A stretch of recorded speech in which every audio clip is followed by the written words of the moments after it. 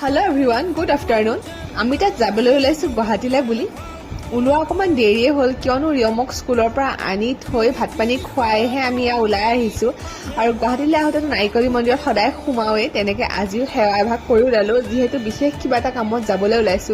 বাৰু কামটো কি বাৰু মই আপোনালোকক পিছৰ পৰেও ক'ম আৰু এয়া গুৱাহাটী সোমালোঁ ইমান ধুনীয়াকৈ গুৱাহাটীখন সজাইছে আৰু এইখিনি বিশেষকৈ ৰেডি কৰিছে 9 তাৰিখৰ প্ৰগ্ৰেমৰ কাৰণে হয়তো মোৰ ভিডিঅ'টো দিয়া দুদিনমান দেৰি হ'ব পাৰে এয়াৰ শ্ব' যে আছে 9 তাৰিখে সেইটো কাৰণে ইমান ধুনীয়াকৈ ৰেডি কৰিছে তাৰপিছত আহিলোঁ আমি বজাৰ কৰিবলৈ ইমানখিনি বজাৰ কিয় একেলগে কৰি আছোঁ বাৰু আপোনালোকক কৈ আছোঁ মোৰ ভিডিঅ'বোৰ কণ্টিনিউ চাই থাকিব তাৰপিছত আহি পালোঁ এয়া মুনুহঁতৰ ঘৰলৈ দুইটাই লগ পাই বহুত খেলিলে এইটো আছিল আজি ডিনাৰ কিনো খাম বহুত দিন পিজ্জা খোৱা নাই সেইকাৰণে আহিলে